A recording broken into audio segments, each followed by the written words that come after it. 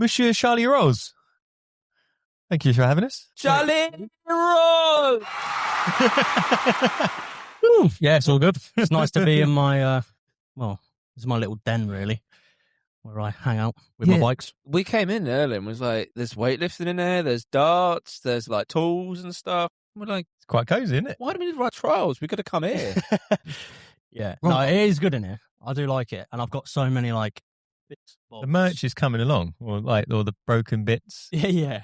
All the discs. I've got, like, broken frames. I think it made me realise when I came in here just earlier how long you've been riding now, because that is a lot of Tom was doing some quick maths disc earlier. brakes. I counted 49 disc rotors. Right.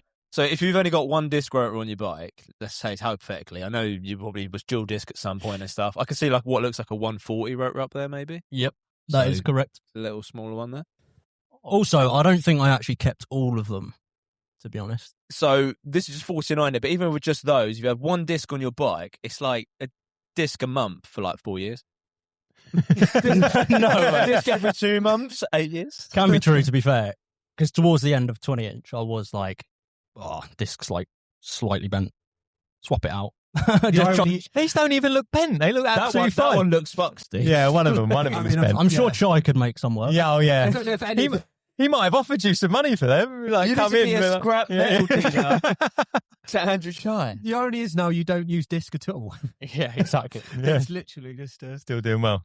It's nice to put stuff on the wall like that, though. All right, let's stop talking about disc rotors, because we've Yeah, only got an hour I've got with this rims man. over there, look. Yeah, exactly. My He's doing all right. shelf. rims. of, Maybe I'm going to have to do some clips. We'll Lots have to of do some broken overlays bits. now. It's got to be done. Yeah, everyone who's listening onto audio and don't know what we're talking about, we're just looking at all of the trials associated paraphernalia in Charlie's den. So Doing quite well. rims, even the dartboard has got a trials rim around the outside of it to protect it. Yeah, I did originally think, oh, great, just, it's awesome, but there's no frames, there are no bikes. And then I opened the room behind me and realised it's full of bikes. So Yeah, exactly.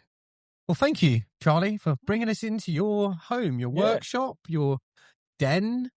And Hell back in person, which we much prefer to do these podcasts in Yes, person. So if we Yeah, can. yeah, it's nice. good to do it. Nice to have you here.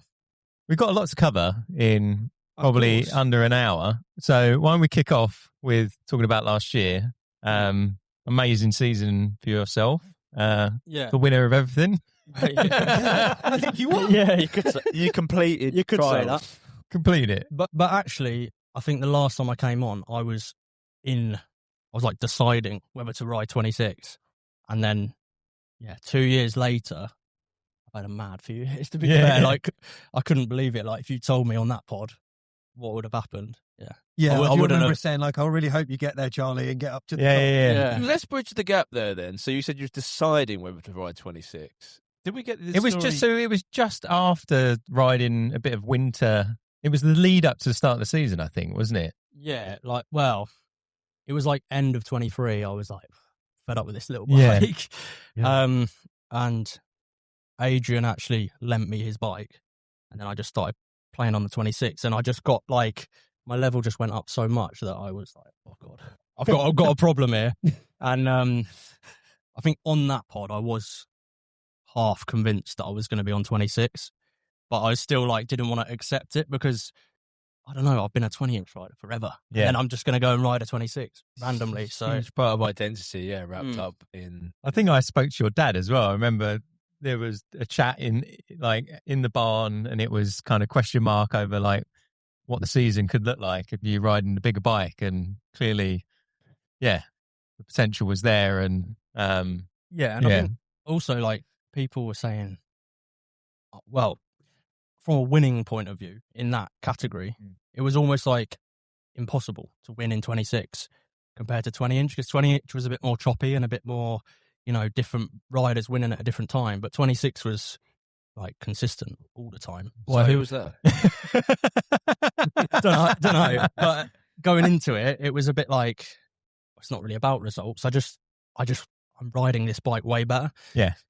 Want to be the best rider you can be. Yeah, start going into that year. And from not winning for like, well, I think it was like 4 years, like internationally, I'd won on the 20-inch. Yeah. 4 years before, going into 24, went to Cartagena and I won the first competition on the 26. C1, wasn't it? Yeah, and it was like, wow. I don't know. That was almost to this day like the best win that I've ever had. Right. Because it was like such a build up. And so unexpected almost. Yeah, and it was, basically. And you dragged Ollie Waitman along with you for the ride. That's actually funny because we were riding in the barn like in the winter, like we have done today. And Ollie just jumped on the bike that was lent from Adrian to me. Yeah. And then he was like, oh dear.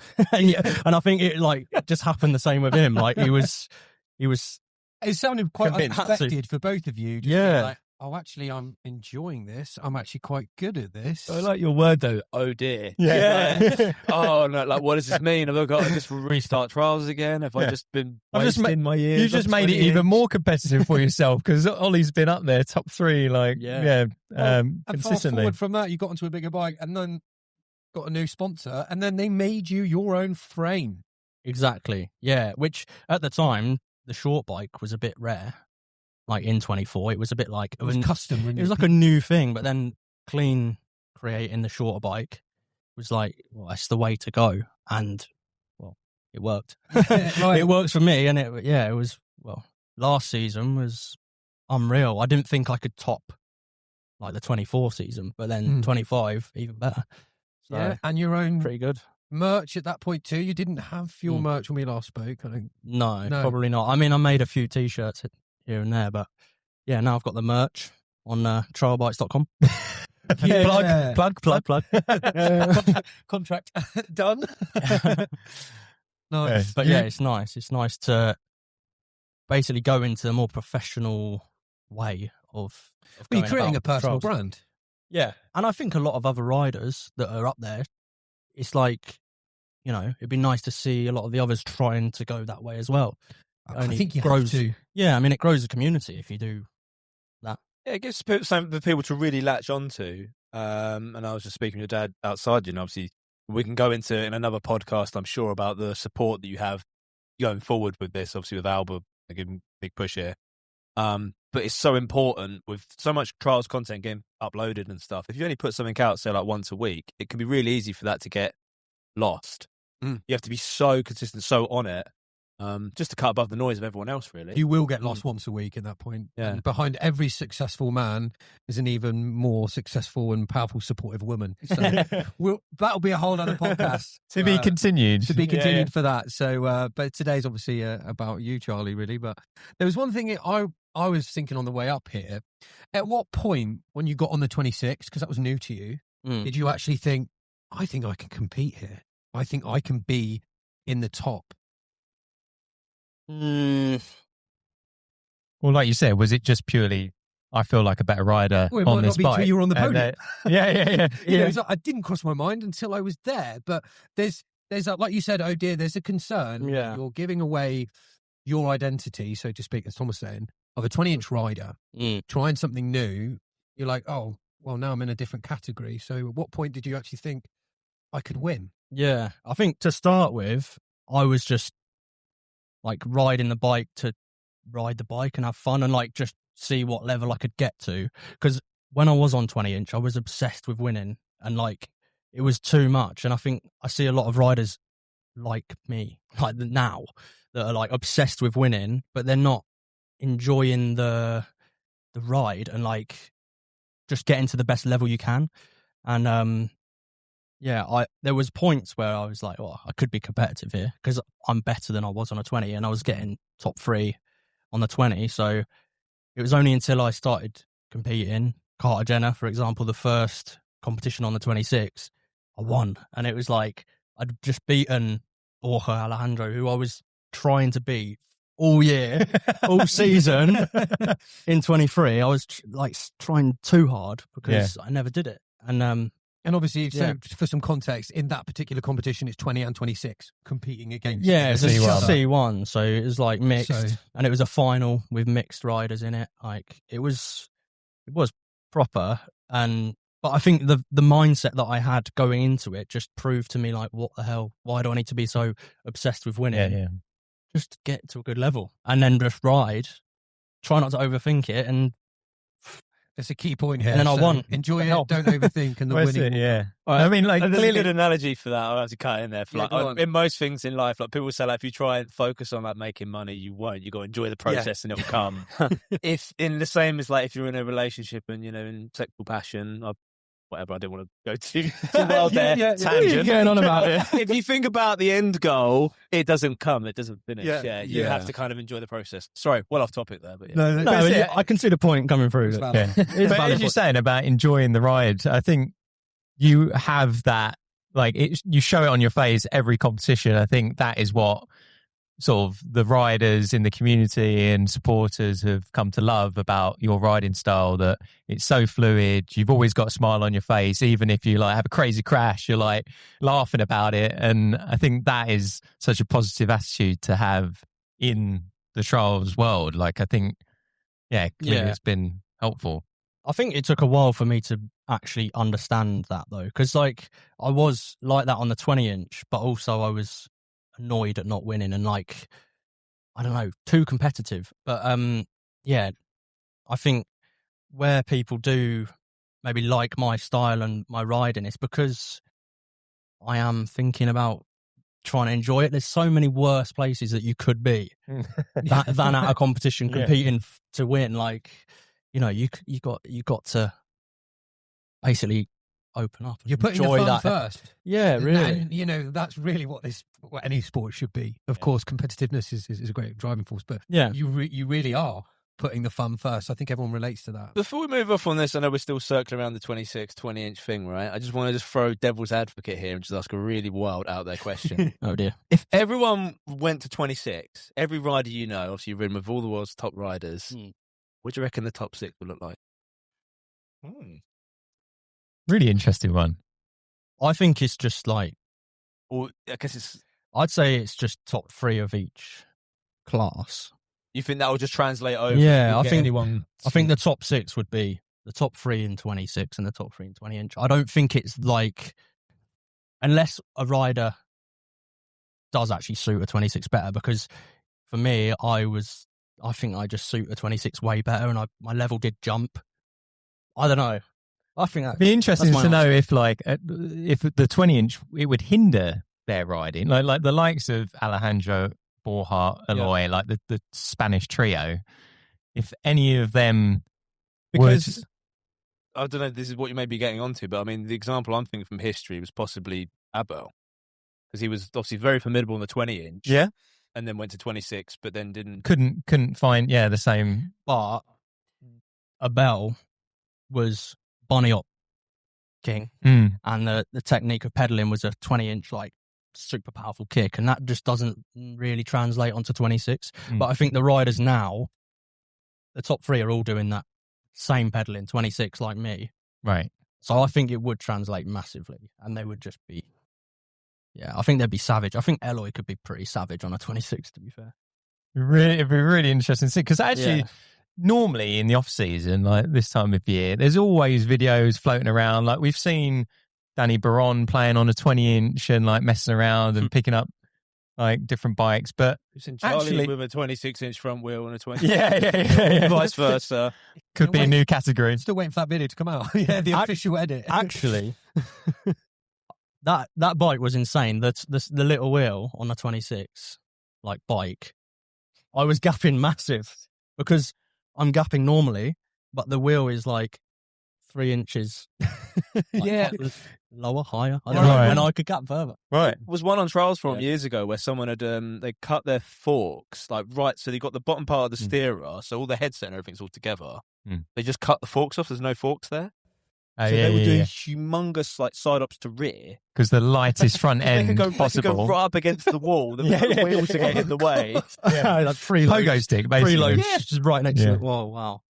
But no, what I was trying to say was like, I've never seen Alejandro on a 26. I've never seen Borja on a 26. I've never seen Eloy on a 26. No. So maybe they have ridden them and they just I don't know. Well, never actually, made any mountain bike. He's quite keen on a mountain Yeah. bike. True.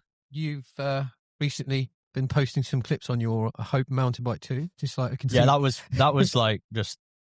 I thought, I'll just play about on this for a bit, and then I managed to get loads of footage. Yeah, I'm Well, laughing but- at any opportunity to sit down. You sat down. He was like, "Oh, a seat." Yeah. tiring. No, but I think that argument of like, if everybody went on to 20-inch, I think it would be a different story, because I think I don't think the 26-inch, like myself included, I would not, if I jumped back on a 20, I don't think I could be at the level of Alejandro or the top 3 in 20. And what makes that? What's the difference of 20 then, in your opinion? Don't know. Yeah, even Ollie Waitman said, I think, a similar thing. Like, get back on a 20-inch now, and it's almost that transition's way worse than the other direction. Like coming from the little bike. Feels like a limitation. That from my only experience. Tom, you've done it before on 20 to 26, and like you were saying, you feel like you can put more power into the bike, or like what? It feels a lot more stable to add, but power down. And just 20 was. Or maybe it's just because we're adults and they're adult. And there's me still riding. I'm over on the corner still riding this kid's bike. All this conversation of people I want to see on 26 and stuff. I can't picture Nilo on a 26. That's the one I'm like, I just want to see that happen. I've got a little loop in my head that 60 PSI in both sides. He would get stuck in Finland somewhere in between all those pallets and he'd be jammed in with a big bike. Like, I don't know. I just think 20-inch is so hard to ride, and then learning, like I learned to ride it, so it was all right. But as soon as I went to 26, there's so many ways that you can just escape situations. Like you never fall to bash because the wheels are close, and you just trap everything. Are you listening, Chai? Chai, are you listening? Is it like learning how to drive a manual car and then going to automatic? Nah, I don't know about that. You said there's certain situations where the bikes just fit, and I suppose. But then also I went on Callum's bike before Christmas. I was riding out there, and like, hi Callum say exactly. Our big audience in the background. Applause. But I'm like looking at the rocks that I'm normally riding up, and I'm like down here, and I can't see myself getting up there because I'm like so low to the ground, and it just looks huge in front of me. So I think visually as well, just stuff looks massive or feels massive. Yeah. Does that not make 20-inch more impressive? Maybe to watch or to see potentially, but you know, if you're saying like it's easy to transfer it, I mean, it definitely can look like, the scale wise, like you say, things can look bigger when someone's there on a 20-inch than 26. But that's why I always respect a 20-inch rider that can keep up with 26, like doing all the same moves. You're just like, whoa, yeah. Does look, see, the sometimes 20-inch crazy. get the move that the 26 didn't get. Yeah. I mean, that does happen. Obviously, there's the limitation of the bike itself and the.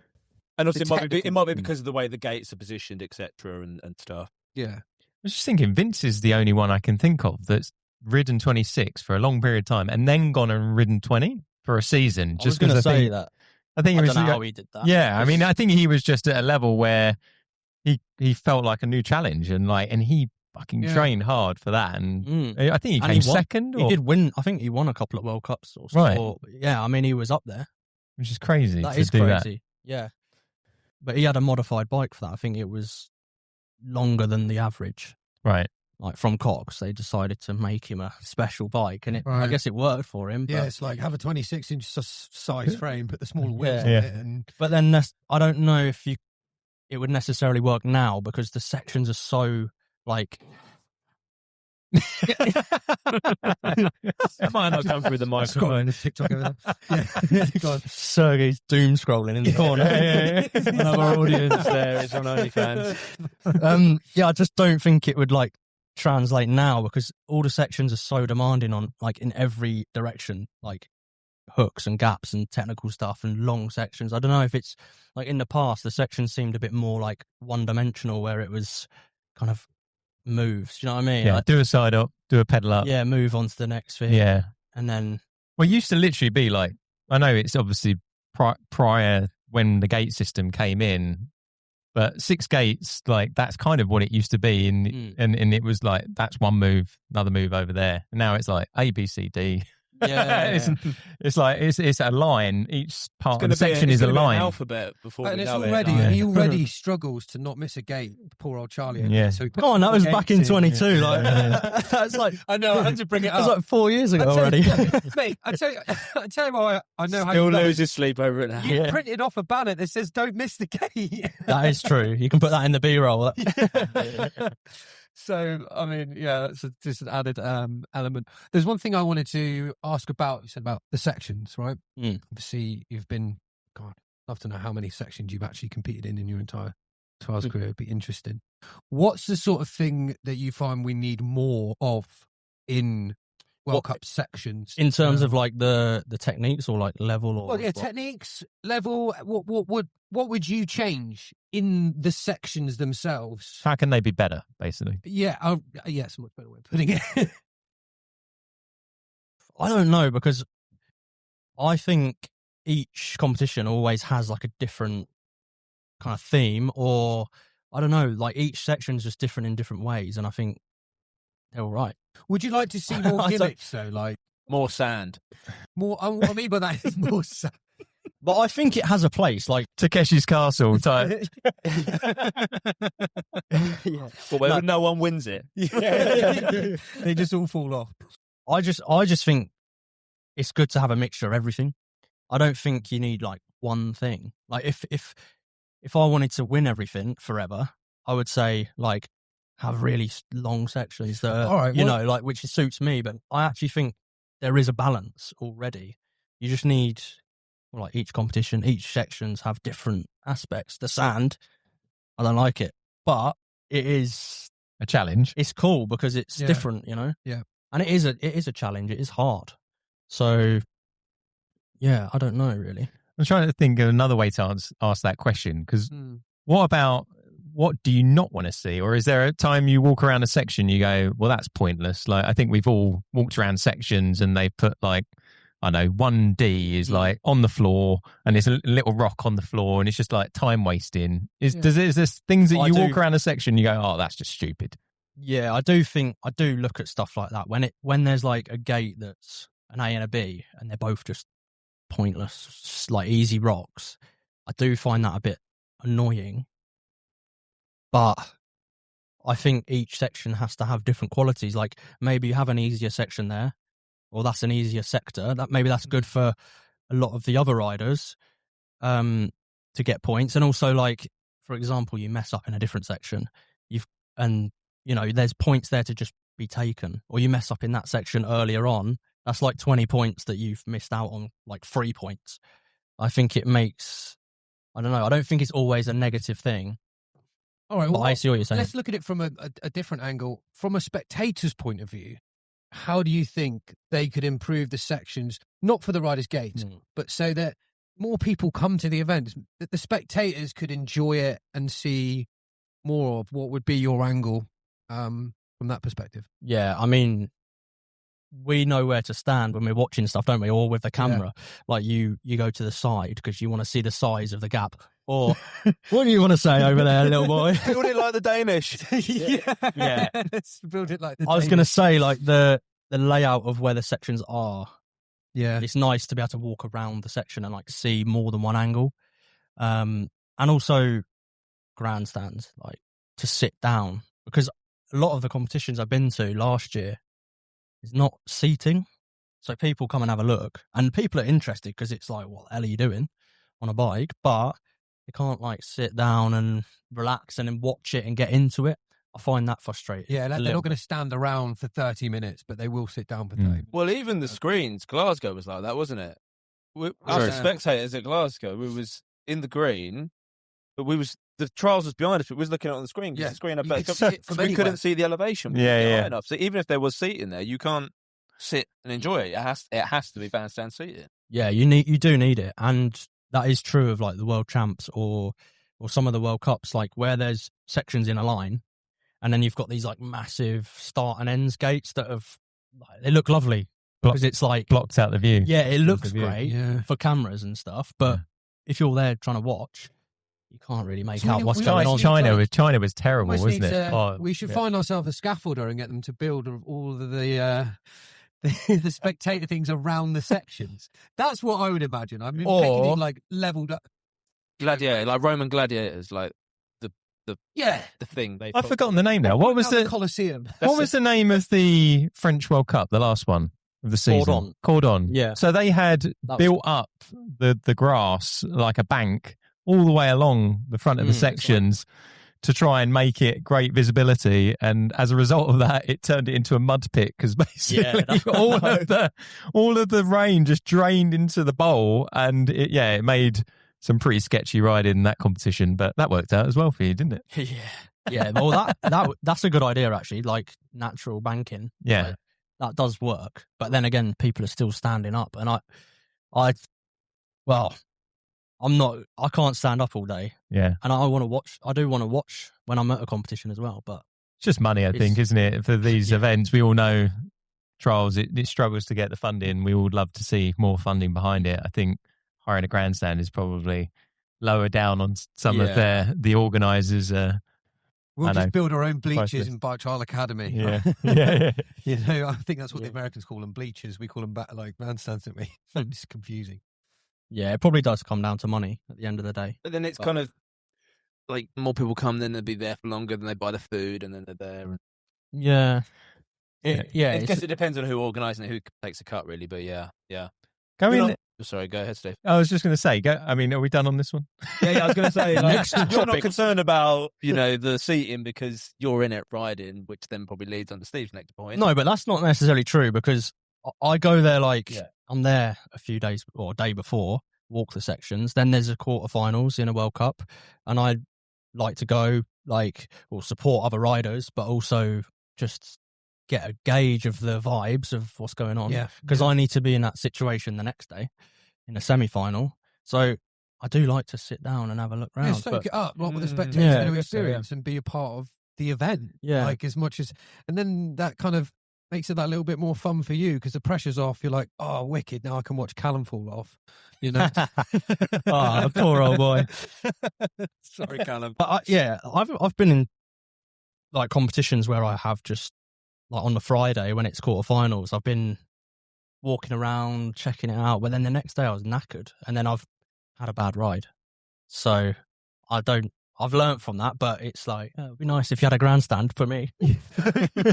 just one, like a chair, like an umpire at tennis, like that's Charlie's chair. Yeah. Well, that's it. Some of the competitions they've had built these sort of raised areas for like DJs and like the commentator.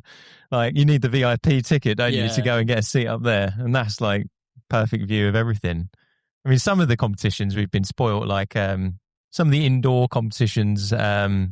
Again, Belfort in France, where it was in this like sort of a, what was it? It was an arena, like a basketball kind of venue, and like that. Huge grandstand. Like it was just naturally there, so it was perfect. Well, it such a spectator as well. Like again, thinking of it from a revenue perspective, the show that they were then able to do in the evening. And Vendy. Yeah, Vendy is another one. Vendy Smith with the Kathleen and John Paul. Yeah, we like those venues. Yeah. Maybe more of those to come. Yeah, but that's again, like you don't want too much of the same thing. Do you know what I mean? Like, that's great to have an indoor, but then I think all of the competitions have their place, like in different scenarios. Skidding out the carpet must have felt fun though, right? Carpet and Vendy's face just skidding out the section. Well, it leads us on to quite a nice part of the pod where we were going to find out a little bit more of the shows that you've been doing. Oh yes, with Tony Bou. Boy, how you say his surname? I don't know. Tony Bou. Tony Bou. Tony Bou. Yeah, that was cool. Yeah, just recently got back from France. I did 2 shows, one in Toulouse and the other one in Strasbourg. Like the same company did the event, and it was nice. Like I think it's a 5,000 seater arena with the motorbikes, like motorbike competition. I think there's eight of them riders, and then it was a good show. Like I'm a bit of a fan. Daunting though, like were you the only? You're the engine. Yeah, right? yeah. And they're all like yeah, doing the Martin Ashton, pretending to jump a clutch in his mind, like. Although one of the riders, Binkaz, he's got an electric bike, so he's there like cruising around. It's all completely silent. It's quite nice. I feel like quite close to him because it's like we're making the same amount of noise. Yeah. But yeah, I'm a bit of a fan of like the motorbike, so it's cool to see. And then like my part of the whole show was like to do a 10-minute thing, like towards the interval, and basically I just rode what they just rode on my bike, but made it more fun. Yes, fine. And did some spins and stuff, and yeah, they love it. Like, but I think they don't want too much bikes because it bike like all that stuff too easy. You don't want to make them look too shit. I didn't want to say that, I but think it's too easy. I mean, the style of their sections, like what they find hard on a motorbike, Right? Yeah. is Sorry. so easy on a bike. Yeah, just Like, back we'll- wheeling something and turning round Yeah. is like impossible. But when then you've like got... a huge step. Yeah, or like tight Yeah. spaces. In tight spaces, they're obviously very. Yeah, like they struggle on tight stuff, and when like there's a box that's like just the width of, or like I don't know, like they're trapped on it basically. They can't get off it. Whereas we could just like skip to back, and it's Yeah. like not even a thing. No. For them, just it's drop off. Yeah. So, but then they do these like huge steps, which obviously I can't do. Well, Yeah, I was going to say. a couple of them are possible, but Yeah, I was going to say, were there things that they were riding in their competition that you just physically couldn't get up, even with a... yeah, I mean, Toulouse, it was quite cool. They had like a scaffold section that was like a massive high up in the like back of the stadium, and that was impossible for me to get up because it was like sloped up to then a step, and there was just no way of me getting anywhere near it. Yeah. So, You had an actual engine to keep the back wheel moving as you got. yeah, and they just God. go Yeah. like nothing. Like, but then That was crazy. they did the show as a winner. Obviously, Tony Bou wins every time because he's the GOAT, like honestly. And then afterwards they brought me out to do like the race with him. So it was like winner versus bike. And the first one, I beat him, and I thought, I don't know if that was a bit off script.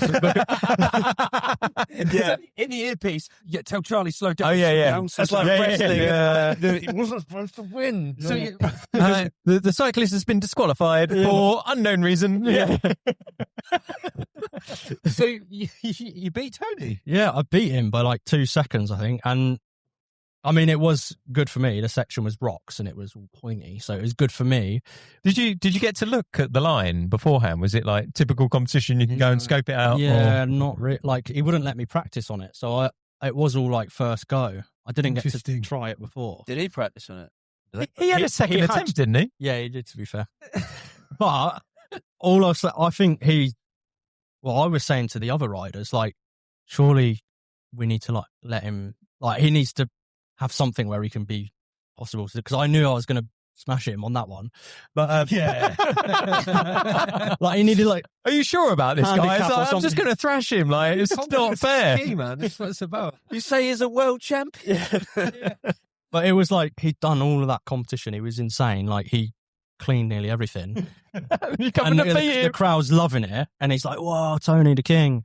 And then it's like versus the bike, and then the bike guy wins, and it was a bit like, oh shit. But I did feel a bit The bad. atmosphere was just like, what have we paid for again? Yeah, Boo! Get him off! Get him off! and then, then it's straight onto the podium. But Oh, brilliant! and then the second show in Strasbourg, like same thing, and then the race at the end was on logs, and there was a bit more like flat ground between obstacles, so he beat me on that one, so that's all right. We'll give him Okay. One we'll give versus him that one. one. Yeah, So there needs to be a rematch, is what you're saying? yeah, we're 1-1. So Have there plans to do another one? that guy did 3 indoors this year, but yeah, that's it for now. So Do they invite Till the next world time. champion winner? Is that there? no, They actually said, Actually- "No, what, Charlie, regardless of what you're." actually, Noah Cardona normally does it, but he's injured at the minute, so they needed someone else. And I think one of the like Harry Hemingway, I think he knows me, so he just He's like, plus, name forward. Yeah, basically. plus, you'd be wearing the rainbow jersey in the show, and anyone that's a cyclist would be like, wait a minute, he must be a world champion. And it So- was cool because it was like world champion motorbike versus world champion bike. Oh yeah, And it was a good dynamic, really. So, and it was good fun. It was nice to meet Tony as well, because actually I did Sheffield indoor with motorbikes when I think I was 13 and 15. I did it twice in Sheffield, like interval. And I met him there, had a photo with him. Like, he would have thought I'm just a little dweeb kid. And We still think that. I was about to say that, probably still think so. yeah, potentially. But then, like, meet him again, and yeah, it was cool. Oh, to, that's cool really to meet cool. him. and I was obviously a bit better, and I could beat him in a race. In a race, so that was quite With nice. no engine. You must do a then and now of pictures. If you've still got that photo. Yeah, I need to find a it. good post for you to put then and then now. Was that on your crossbow bike? Yeah, I had a crossbow, and then I think the first one was on. Oh, it's one of I them. think that bike over there. I did it on the play, but Oh, mad. yeah, it was cool. It's nice. And Well, it's nice to see you in that sort of arena. You deserve to be having that sort of crowd. And I'm glad that they invited you, not just, for winning, but because of potentially your style. And You look like you put on a great show. I think there was a clip that I saw, and I don't know if this was one you posted or was another one that was posted online of you having a bit of a hiccup. Wasn't there in the warm up? yeah, I mean, I think the first show, I come out it is pretty daunting because there's all the lights going. Also, I don't really know many people there, and there's 5,000 French fans watching and cheering. I roll around, I'm waving all this. And I hop up a rock, and I literally my hand just slipped straight off the handlebar, and I just crashed on the floor. I was like, oh god, that's not a good look, is it? I just crashed straight away. They loved it though. Put some reels and go, wait, he's definitely human. Yeah. Come on, let's get behind him, guys. Can he do the rock again? I can ride my bike with no handlebars. Yeah, I think it was good though. It's good to show a bit of realism. And then the second show, I was way better, more confident, and I did the fake loop out thing and some. Yeah. Bringing the showmanship to the show. Yeah, it was a bit more like it. It was a bit better. So, but I've not done many shows. I'm not really a showman, so it's a bit unnatural for me to be in.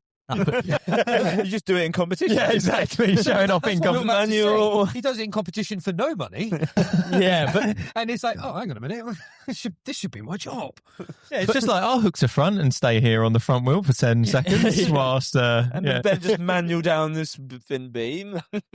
Yeah, but I think that's just in competition, you're there with a load of other riders, and you're not meant to do it. You're supposed to crash. That's the whole point. Everybody's gonna have a crash, and it's competition. I don't know. You're with lots of other people, but when it's show, it's you must be good now.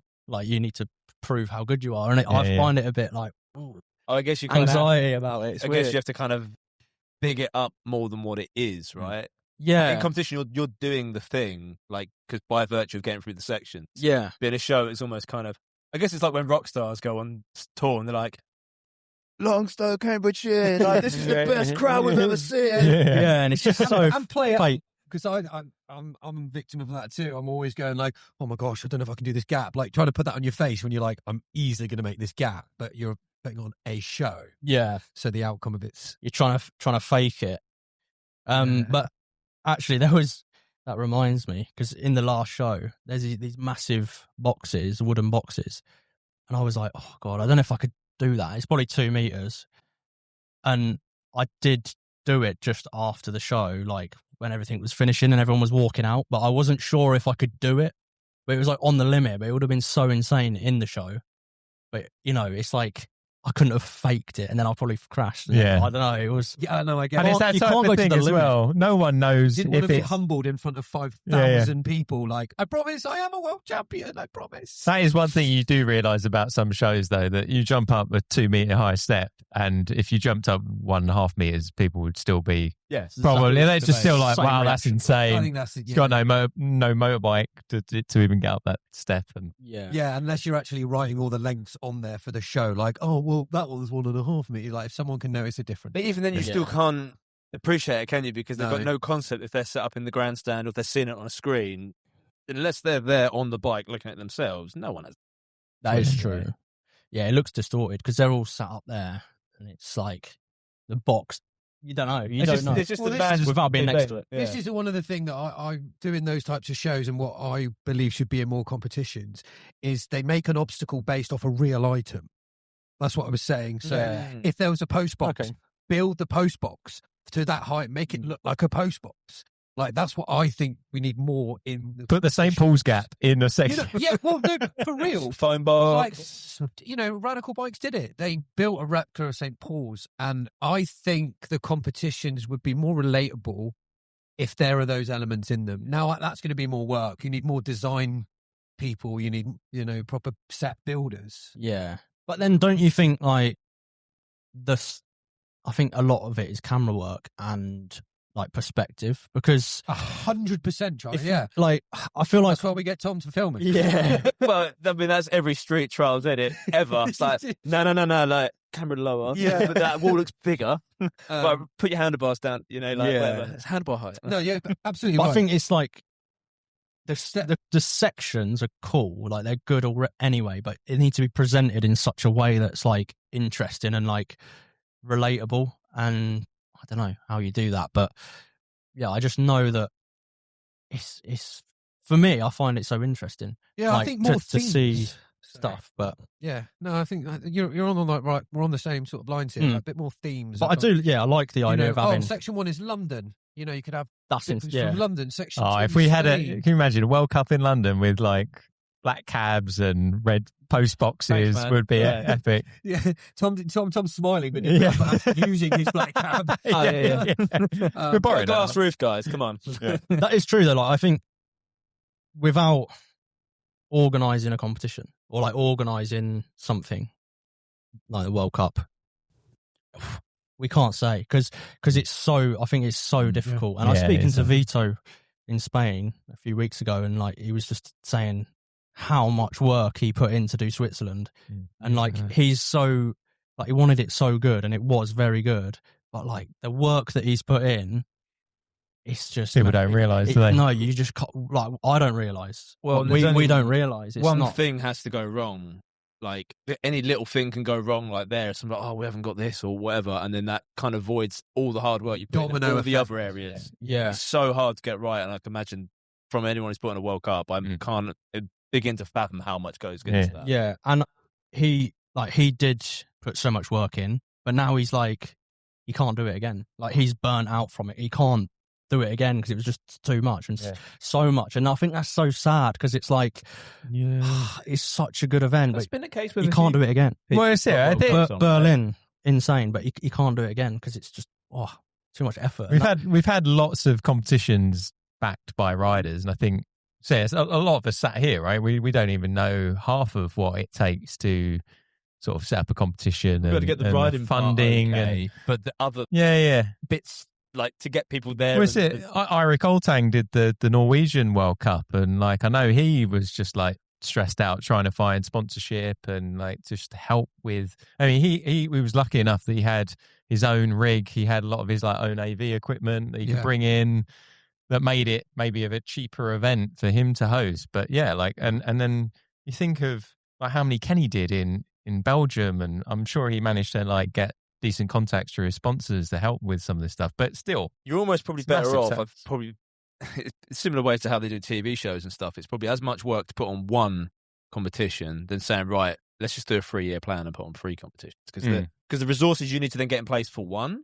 Yeah. And you've already got those contacts. Well, after we were speaking to Ula, like, and he obviously mentioned they had all of the letters built for Copenhagen, and then they've managed to like reuse them every year and just keep like they got them built solid, but he knew that he was going to repurpose those. And so I guess there's an element there, but yeah, I mean, shout out to all the organisers, like massive congrats. Yeah, and I think that is why. Well, I'm quite proud. Last year, I managed to go to so many competitions, and I just think we need to go and support them. You got a rough idea of how many competitions you went to? Numbers? I think it was like 12 or 13 international. Wow. Find out. He can probably work it out on Callum is on the on the ranking. He's on that.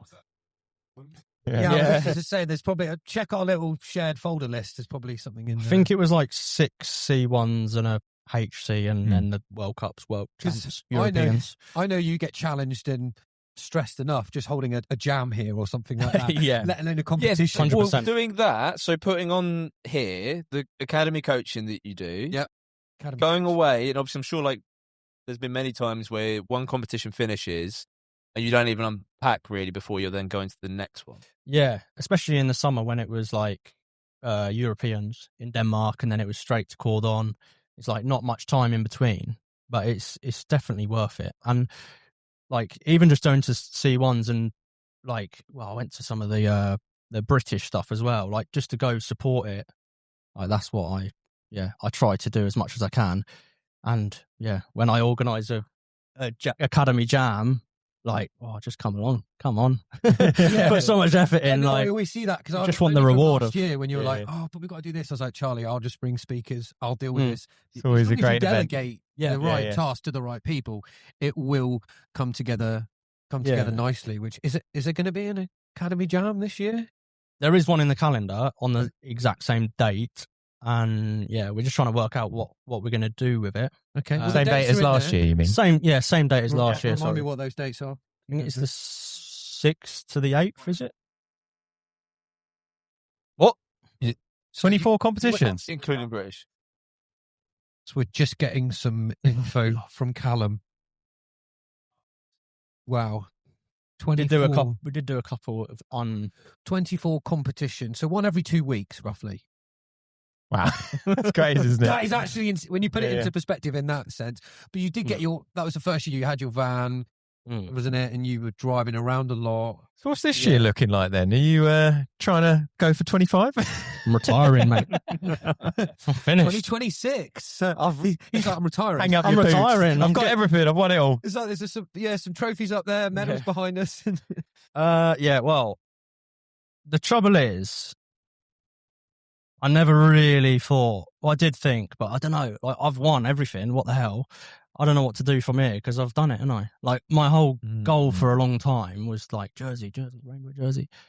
Then it wasn't necessarily that deep because I was like, I'm just enjoying a 26. Yeah. But then it just came and like I put everything into it. Like, I was training for that, and now I've got it. It's like, I don't know.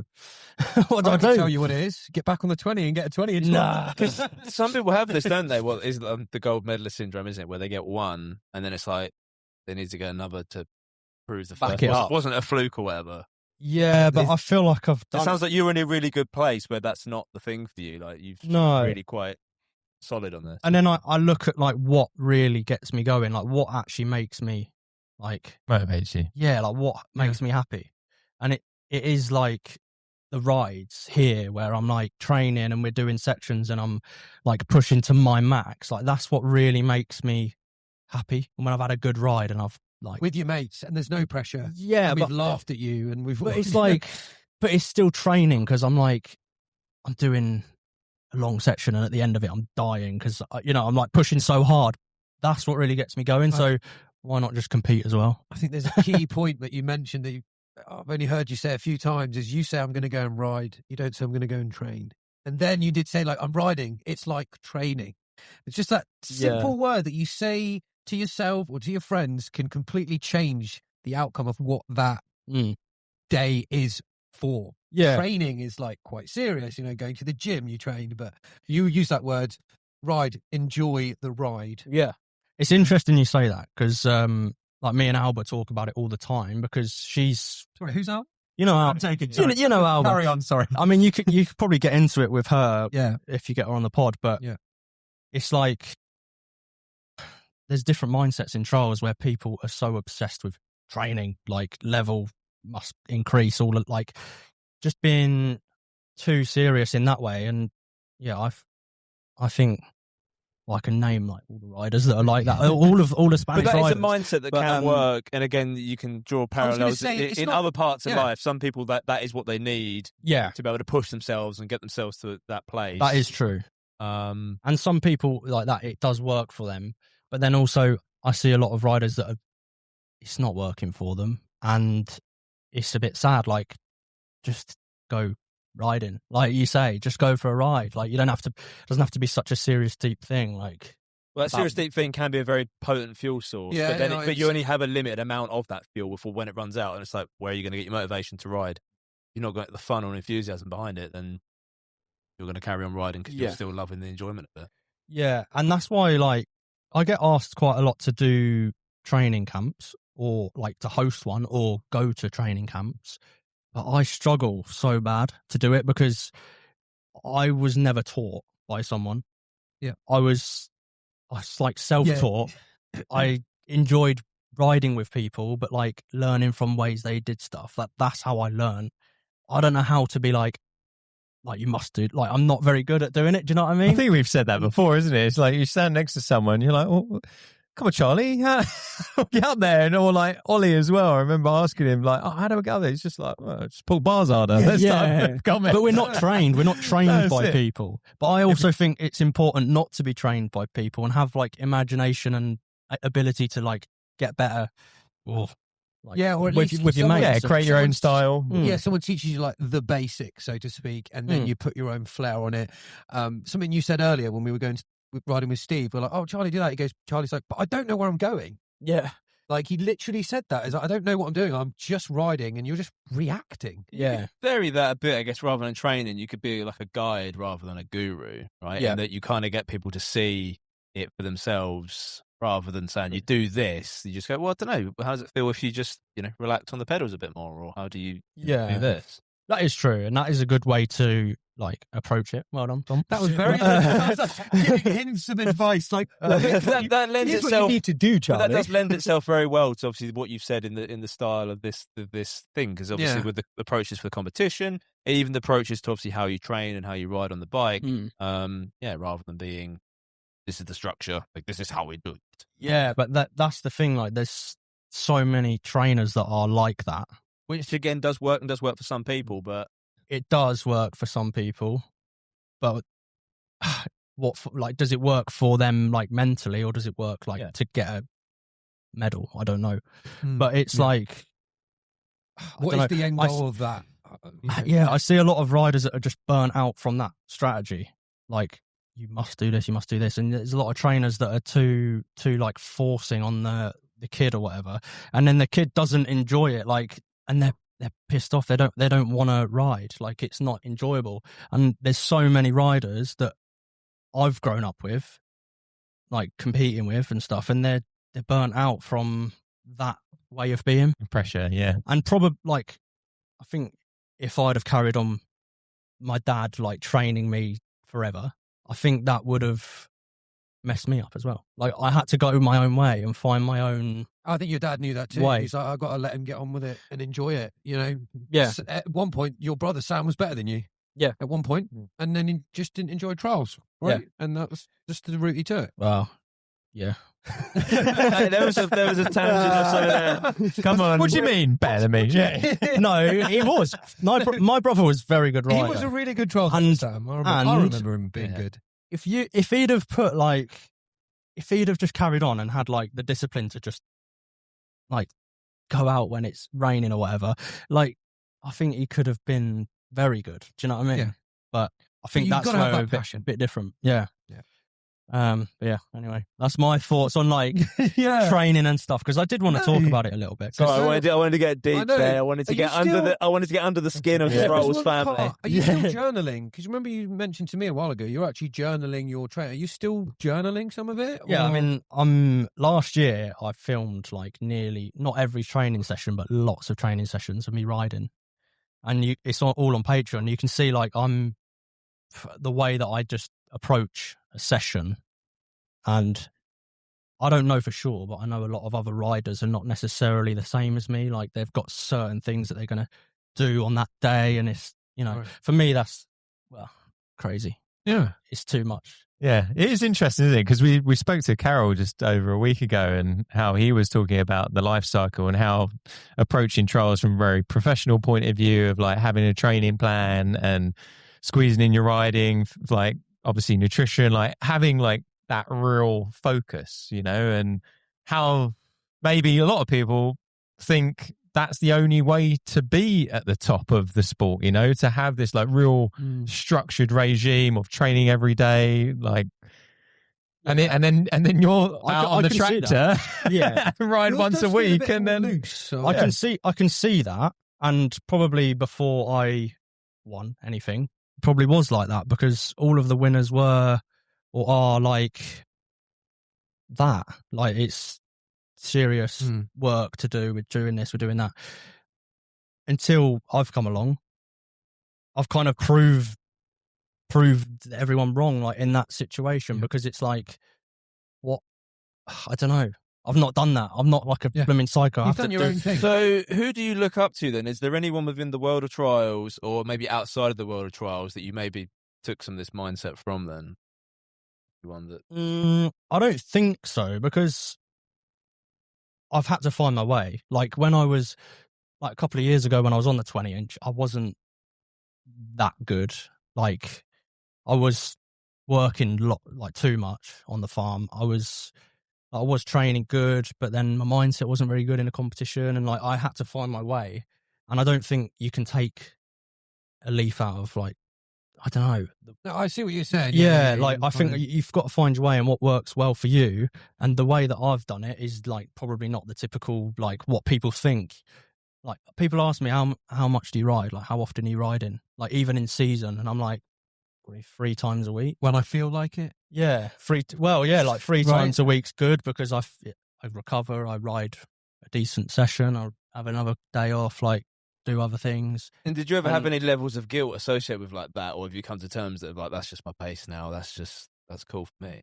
Yeah, I think I've just when I was young, I was riding all the time, but that was just because I could. Like I was passionate and I just wanted to do it. But now I just know that works well for me. And I think like having the structured, you must do this, you must get up on Tuesday and do this weight plan, and then Wednesday you've got to go on the bike and you've got to do 10 side ops and all of that. I think it's terrible. Like why? It doesn't work for everyone, right? Yeah. No, but I don't think it works for anyone either, to be honest. Like, are we saying that Tony's basically really is the best, is the most headstrong trials rider in that he doesn't, have to have this, he's been guided or driven or dragged by this mental training plan, in that he can just go as his own flow, Yeah, I think so. And you lower your expectations with that, I think, because if you put this regimented, I'm not saying it's a bad idea, and it works differently for everybody, but it takes, to me, feels like it takes the pressure off yourself. Like, oh God, I didn't do the Tuesday ride. Yeah. Or this, you're like, the ride, so it means I might fail at the comp now, or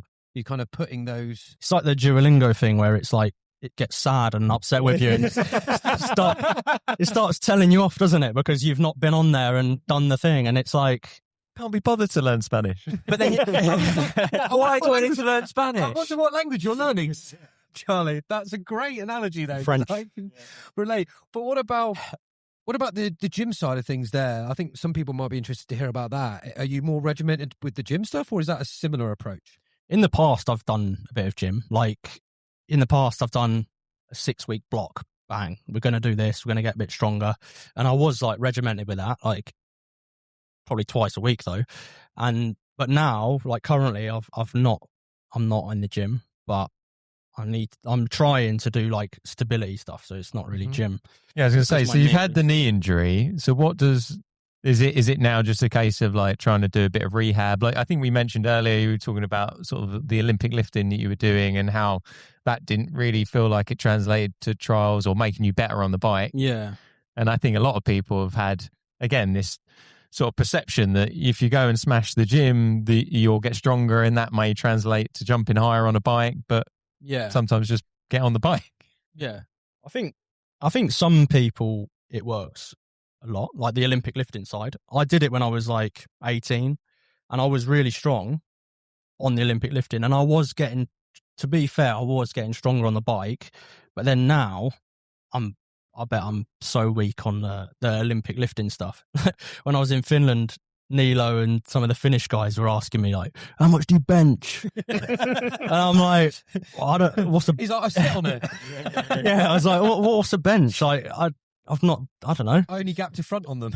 And the same, like, how much are you squatting and all this? And I was like, well, I haven't done for a while. Like, I'm not really into it. And Nilo, he said something like, because we did the gap comp, he was like, how have you just gapped 3 meters, whatever, without gym? But some people, it's crazy not to do gym. But I think with trials, you can do it on the bike, like mostly.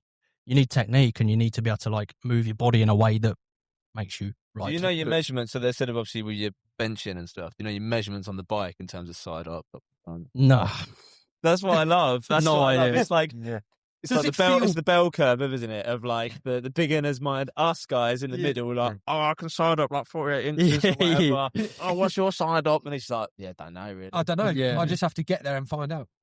Yeah. To be fair though, I do want to, like, my knee's been a bit horrible since before Saudi Arabia, and I need to do work on it, like stability work, to get like the area working good and like able to hold me, because I am Or at struggling a least bit. back to form. Yeah, like I'm struggling on the bike a bit, and Yeah, I thought that earlier.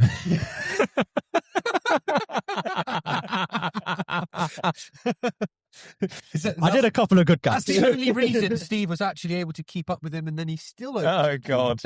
But like now it's a bit sore, like from that ride, like it's a little bit sore, so I need to do stuff with it, and I do want to do a bit of gym to feel a bit stronger, but I don't necessarily think it's the end of the world. Do you know what I mean? But yeah, I don't know. World Cups, World Championships, like you're still planning to do full Yeah. season this year Yeah, before anyone gets too worried about I'm not lack of motivation. It's just a bit relaxing, just Yeah, go with yeah. the wind, man. I'm not really retiring. It's it's just like, yeah, bro, I'll be there. Yeah. Does it? Yeah. So I mean, there's one thing. Does it actually feel any different now that you've won, mate? Like we've been following you for years. We've been like gunning for you to Yeah. get those Yeah. gold medals. Like, does that feel different now? I think it feels good that I've put my head down and like tried to go for something fully, like, and I've managed to achieve it. But I don't think it's like, I don't know. If you dropped a rainbow jersey on me in like 2020, I would have lost my head and been mental. I've been like, whoa, I'm world champion. But because I've gone through quite a bit of time, like where I could have potentially won, it's like just worked for. Do you know what I mean? And it's not such a like shock factor. It's like the culmination of like all those years of yeah. And Yeah. I remember when I was like 18, and you go on the street ride, and you're with Sean, and he's going, "Oh, you'll be world champion." All this like saying it. Shut up, Sean. Yeah. So you'd say, Shut up, Sean. Shut up, But Sean. like saying it over and over, and so you sort of like, I don't know.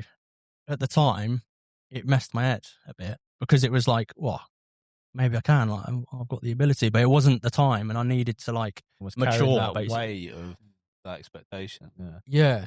And I needed to mature, and then to achieve it, I'm just proud that I managed to like not give up, and like all the times where I was struggling or it was in my grasp, but I just messed up on something.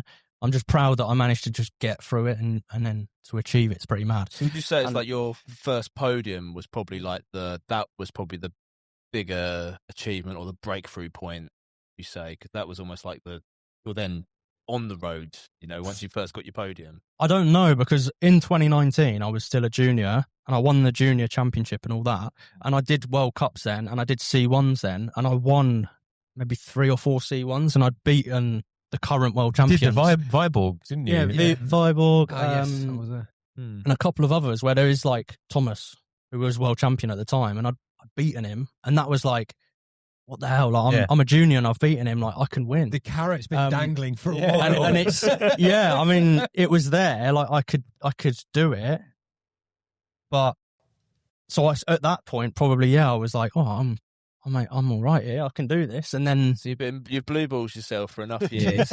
pretty much like. And when it came, you're like, oh, that was Yeah, but I think that's why I was so like messed up in 23 when I was on the 20 inch. Sorry, like I could win. I know I can win, but like I'm not winning. Why? And it like messed me up mentally, and I couldn't hack it. So yeah, that's why winning now is just, I don't know, just overcoming all of that like rubbish in the head and being able to do it. It's mad. I like that you've stayed in your lane, and we've spoke about this as in like you perhaps if you weren't getting number one, and say you didn't get it last year or something, you may be like, am I doing this wrong? Do I need to be regimented? Do I need to be riding like that? So I think there's an element of, you should be extremely proud of yourself. Yeah. That you stayed in your lane. This is how I'm going to win, if I'm going to win, because I enjoy it this way.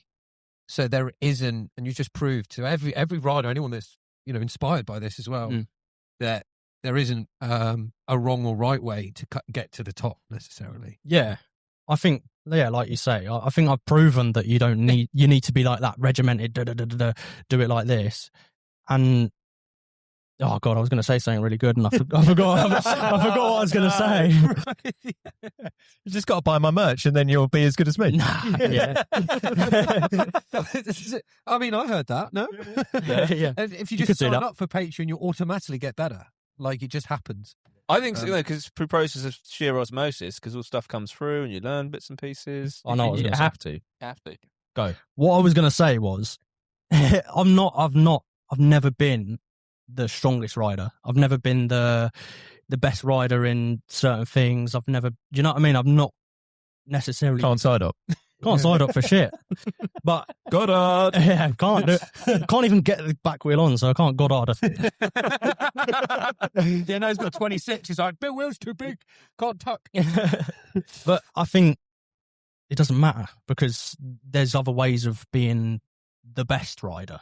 Because it's a package, an all-round package where you don't necessarily need to be Joachim Nijman or Lundgren, Lundgren, to like win. You need a package. You need the like balancy side of things. You need to be fast. You need the mental side, which is something that I didn't have for a long time. High scoring trumps card. Yeah, I've got all rounds. You know, And that's actually quite mad because there was a point in time where I was like, oh God, I'm not strong. Like, how am I going to ever be good enough to be at the top because I'm not strong? But like, I don't know, I managed to find a way that would work without having to be the strongest rider. Like Julian and Ollie are like so strong with some of these moves. and I respect you for And- noticing that. Yeah, and Because where they are, and it's unreal. Like, and like all of I mean, Danny's got a very like all round package as well. Like they're all so good, competitive, and it's like, well, for me to win them, and they're stronger than me, and in certain ways better. It's like, wow, you know, it means a lot. It's massive to like achieve that thing. managed to get your technique, got you to the top somehow. Yeah. Ah, you've done incredibly well, mate. We're all very proud. I was going to say, Thank you. We've all said, Thank you. but- Yeah. Absolutely. Applause! Where's the applause? Where's the applause? One. I know we're coming up on time, and we could probably talk for another hour. But easily. Yeah. question for this year: what are you most excited about going into 2026? I'm excited to get my level back to like, because right now maybe I can do a few good moves, but I'm not fit. Like, I'm not good on the bike really, so I can't wait to get like the knees stabilized, maybe a bit of gym occasionally, and then like just get back to a level where I feel like She's not feeling that good on the bike at the moment. not really like. Interesting. And we're just watching you ride. You're like, you don't feel Yeah. good. I'm all right, yeah, but in there it's all flat and stuff. Like if I ride in the yard, it's another story because there's some proper big, like hard stuff there that I'm just not. I don't even really want to try right now because I'm not on the level. So can't wait to get back to the level, and it should be like springtime that'll be kicking in. When it's a bit sunnier here. Yeah, Bike Academy field will be opening at that point, I'm sure. Yeah, It's usually in April. I think we'll all be Yeah. very excited to see your level continue, and let's all hope that it just continues to get higher and better, because I think you've certainly shown the whole trials community a whole range of moves that I don't think we really knew were possible on a bike. I think Sergi was mentioning on the way up here, like, Well, you invented some moves. I mean, like, yeah, hook to front didn't really exist. We've got the English The breakfast, English as we breakfast, call which it is now. Yeah. The Danish named it, and I'm really. Is that what it was? It was the Danish. Yeah, that's what I've been. It was a day. It was the Danish. Yeah. That's what they would have for a Manuals on a double Maggie bike. Like, I don't think before Mind Control, like, or let's say we didn't even get on to talk about the Mind Control edits, which were fucking incredible. Astonishing, yeah. Unreal. Some of But even those doing edits. manuals on it, like, I think you used to do loads of stuff on the 20-inch with the rear disc, and that I used to look at you and go, yeah, it's because he's got rear disc, and then he moved on to 26 and he carried on doing manuals with like down slopes. Modulating. I was like, how does that work? With goose pads. Yeah. I think that's a part of my riding that's like helped me as well. Is like riding with bad brakes, because with that brake, like if it's a sharp, good Maggie, which everyone loves, and it's all like boom, real nice. I can't ride it. But like Julian's brakes, it's like so noisy, but it's too sharp. Like, On off. You need on a bit off. of, you gotta get that noise to like. Yep. That's you the can funny thing. You I can think feel it. It's a we disc. always thought you had to have like amazing brakes I'm on off pointing at you, brakes. Steve, because you've never had amazing brakes. Well, but I'm shit because of it. you do manuals by accident. It's like, whoa. Loop out. Yeah, unfortunately, it doesn't help, Steve. But that's it. I think you've managed to prove that you can have a brake that has some modulation, i.e. not great, and make it work. Like even like gap into front and using the fact that you've got some like movement in that like gap to front that It's a bit actually more allows you to forgiving, isn't it? switch. Yeah. And Yeah, I've always said like if you land whatever move you're doing, if you land with the body weight in the right place, like i.e. pushing down on the obstacle, it grips. Like even if the brake's not that good, it doesn't have to be because your weight is in the right place and it doesn't have to work that hard. So you can have a really bad brake and still be all right. Might be an obvious answer, but on that note, like if going into a competition, you get into a section and then one of your brakes goes crap, or someone's like, "I'm going to cut your brake," like, or whatever. Or maybe not cut your brake, but it goes. I mean, if I've got no brake hose, then I'm pretty screwed. I think. Okay, yeah. But if one of them was to go like naff, like let's just say someone was just to throw like I don't know water and whatever crap on your wheels, like which brake are you going to have? Front brake or rear brake? Probably no different to the brakes that I normally run anyway. Like, but like, what's more imperative? Like, is it the front because you need it to really stop a bit more when you gap in? yeah, can't do much without a rear brake, surely. It's got to be a rear brake, no?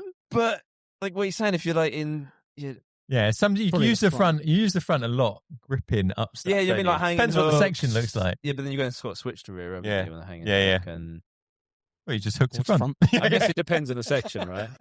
Stupid question, Tom. no, it's not. It's We'll not. cut that. We'll cut that, It's not a guys. stupid question, no. The first time we've ever cut out a question. Yeah. No. But it helps me a lot though, like being able to sort of just ride with a bad brake, because that's another thing that I see with riders a lot in competitions or preparing for a competition, is having like the brakes perfect. They have to be perfect, but you've just practiced or ridden for the last like 2 weeks with a bad grind, and then you're just going to grind it just before the competition so that your bike's going to feel totally different to what it was when you were training. I think that sort of thing is where, and some people are so like, some riders are so like, oh, it has to be right, and then it, like you say, in a competition, This is no, wait. Brain's got it here. This is a physical manifestation of his lowering of expectations. It's all that time. If my dad doesn't do my bike anymore, I've got to fix it. So now my bike is crap. yeah, pretty much. No. I was still saying, I like, still fettle with my bike loads to like make it right, but Yeah, but rather than having Mid-com- over-reliance on that being the best and it has to be so good as a condition for you to win, in the same way that, I have to be in the best shape possible to win, you have the expectation mindset within your bike, within yourself, that you can still win, not being 100%. yeah, which I didn't know was possible until I started riding 26, because Cartagena was the first competition, as I've said multiple times. Guys, this place. We got there. I've been riding in the barn the whole winter, get to like a sandy, deserty thing, and my brakes are just not there. But I still won, and it's like an epiphany, like, well, how have I won? I'm on a different bike, I've got useless brakes, like... Yeah, they actually train in that environment as well, all the riders from you. It's like, well... And wasn't there a few comps last year where you was like wiped out, or wasn't it was obviously the knee, but then there was also like illnesses and stuff as well, wasn't there? Where you scratch. The previous Abu Dhabi, like the first world champs, like in December that I was knackered. Like I was so ill, but I still rode, and I don't even know, I can't really remember parts of it, and I really put So drugged up. Did you get drug tested that day? yeah, I did as well. Okay. But I don't know, I just had such bad fever, and like coming I think I pushed it too hard, because for months I was knackered after that competition, but it was worth it because I got second. I was quite close to a win, but I don't know. I think lowering expectations on that sort of stuff, brakes and Or not relying on it. good. I mean, You don't need should it. be relying on it in some ways, because me and Tom would be like, well, brakes crap, it's going to be a terrible ride. You know, any excuse for a lot of people in anything, not just trucks. Yeah. So I think that's a seriously good attitude to have. Yeah. Again, I don't think a lot of other riders think like that. Like, I don't know any riders that think that are the top riders that have got the brain mindset about stuff. They're all so serious. Actually, You've made it work for yourself. Yeah, I mean, like, no matter how Dre's brake is, he's another rider just like, I'll just ride. He's one person I do recognise. Apart from when you're riding with him, the constant moan in the background. Oh, this bloody brake, man. It's the carbon frame. No. Sorry, Dre. It's true. He loves it. Oh, I think this has been really, really fun. Really do nice. This way more often. Yeah. Just do this every week. We definitely need to Weekly come back. pod in there. We got more to talk about. So Yeah, I definitely. think we'll come back when the sun's shining and yeah, You want in do the another field on the grass or something. I think so. The field on the jam. The jam's coming up. That would be cool. Academy Jam, dates are in the description. I know you'll bring out more info when it's there, but it will be a lot of fun. Yeah. Yeah, We're thinking so far. He's keen. We're Yeah, the crowd are cheering. yeah. Is that Neil Tunner clip over there?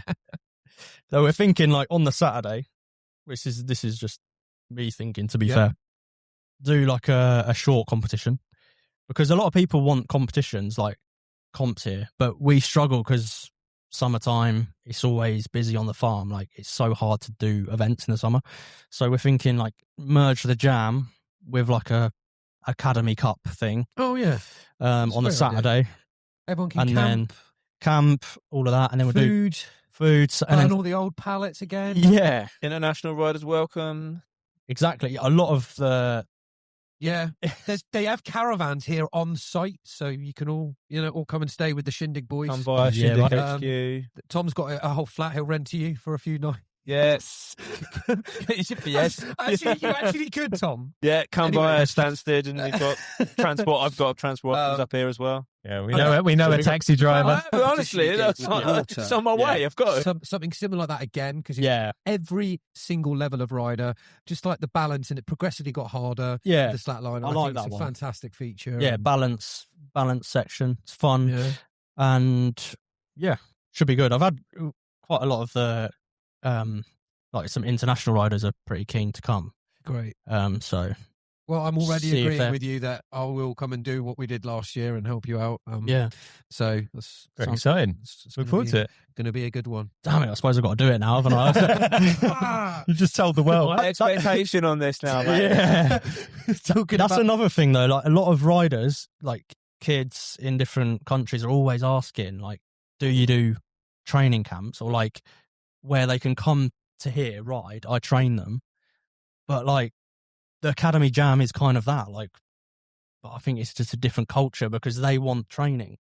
yeah, and I don't they want to re- do training. They I want want to do get fun. something out of it on their bike, like learn a new move, but they forget you probably will get that Yeah, as good as, if not better, experience being yeah. more loose with it, more fun, and more. And I think the dads or the parents of these kids are like, oh, how much? Like, they're going to pay money. How many hours of training is he going to get? I Do think you know what I from a mean? parental perspective, it's like how much money into how much results out yeah, can but- I get? That's not my ethos, man. No. Like, No, I can't. Just join the Patreon, everyone, if you're feeling that. Patreon. Yeah, at Patreon's Shot got Rolls some 5. decent, like, tutorial stuff, Good content. type stuff. Like, I try to put some interesting things on there, and that is more like learning techniques and stuff. But yeah, when it comes to like a training camp, I just find it difficult. Mate, people to- just want to hang out with you. they want my knowledge. What we'll do, remember we had those masks with the old holes cut out? So they'll just come to the Yeah. training camp and Callum will wear a mask and it's like, right guys, training begins. And it's like, Cracking the whip. Charlie Charlie Rose, sounds a please bit- stand up. Charlie sounds a bit weird. I mean, they got the same shoes on, so it's fine. No. They've got the same Crocs on as well. Same riding shoes, own Crocs.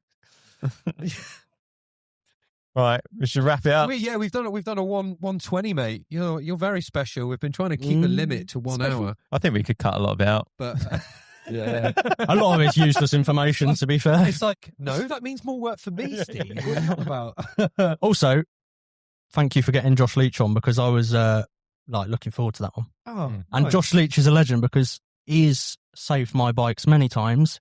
He's built me protectors, all sorts for my bikes, 20-inch, 26-inch, and the amount of times I smash my bike and then go, oh, love you, Josh Leach. Thank you so much. Legend. What? Yeah, So what a it's line. great Shout to out have him on the Josh pod. Leach there.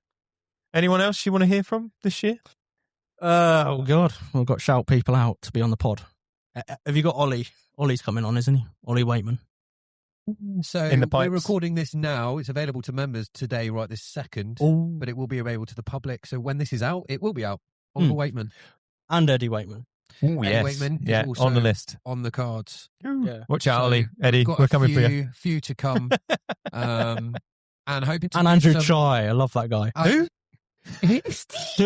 Professional kayaker. Yeah, the kayak guy. Kayaker, advanced. Yeah. Kayak helmet and golf gloves. We're hoping to do some at the World Cups, and also we're going to an event in Switzerland where we're going to be taking a camper, and we're going to turn Said the it camper. now, it's going to happen. We've said it now. Also, We've turned the camper into a podcast studio, oh, so we'll try and get some fun ones. Canale. Canale. Yes. Canale, He's coming on. Canale. He's coming on. He's already booked. Right? Good. Steve's the new producer. Yes, I'm just that the is technical his- director.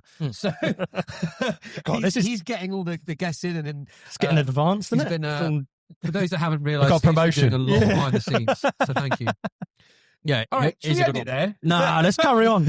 Let's keep talking. I wanted a cup of tea. Give me a cup of Yeah, go on then. No, thank you, lads. Thank you. Goodbye. See ya. Yes, goodbye. Ah, you